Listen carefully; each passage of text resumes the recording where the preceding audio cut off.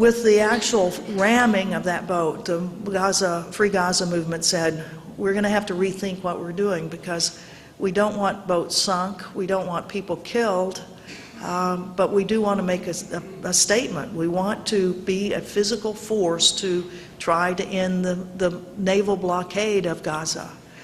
So they started a plan to not just have one boat or two boats come in, but to have a large number of boats. And the idea of having a flotilla, a Gaza Freedom Flotilla, started taking shape.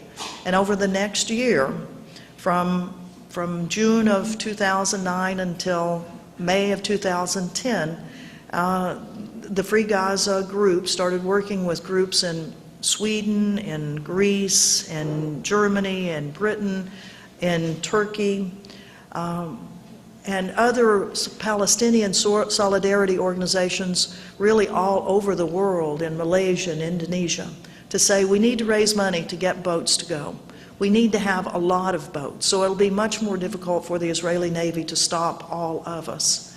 And that's where the whole idea that came into fruition almost a month ago today. It was on May 30th that 6 boats out of the 8 that had originally tried to get to a meeting point just off Cyprus, that those 6 boats turned and started heading toward Gaza.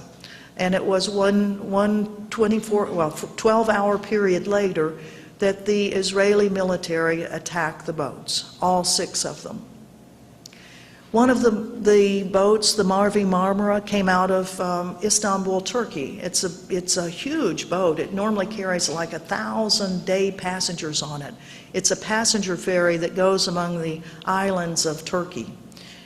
There were 2 cargo ships that came out of Turkey, each laden with prefabricated buildings, with building supplies, with medical supplies.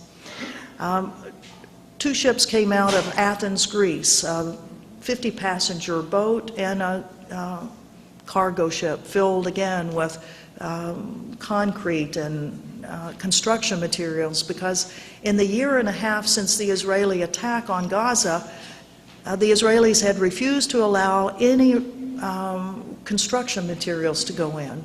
There were no bags of cement, there were no pieces of wood, there was no rebar. In order to rebuild all of the housing units that had been blown up, the factories that had been blown up. Virtually every factory in Gaza was targeted for destruction. Every construction company was targeted for destruction. So for the last year and a half, the people of Gaza have been living essentially in the rubble that was left there. Of course, you just can't live in the rubble, so populations or groups that were already living very, very in close quarters with lots of people in every room now had family members and friends that were piling in on top of them, with sometimes 20 people living in one room. The cargo ships were filled with all sorts of construction materials. We knew that the Israeli military or the Israeli government would say, well, those ships, they're going to be bringing in weapons for Hamas. And that's why we have to stop them at sea. So those 6 ships, and actually 8 that came in later, 2 more later, all of those ships were inspected by international authorities at the ports from which they left, because everyone knew that would be the argument the Israeli government would use. And so that was one of the key things. We had to have all of those ships inspected very, very closely to make sure that there were no weapons on board, that there was nothing that could be used to say you guys were supporting Hamas. The whole idea of the flotilla had nothing to do with Hamas.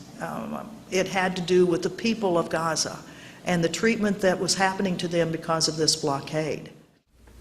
Next week, you'll see what Ann Wright says about her experiences on the flotilla and the nasty treatment that was given to the people Israel kidnapped once it had brought them to Israel. In the meantime, you can hear an interview I did with Ann Wright. We talk about her views about Afghanistan. Just go to the struggle.org and click on the green button, Sound. That's our show for today. See you next week at this time. I'm Stanley Heller, and this is the struggle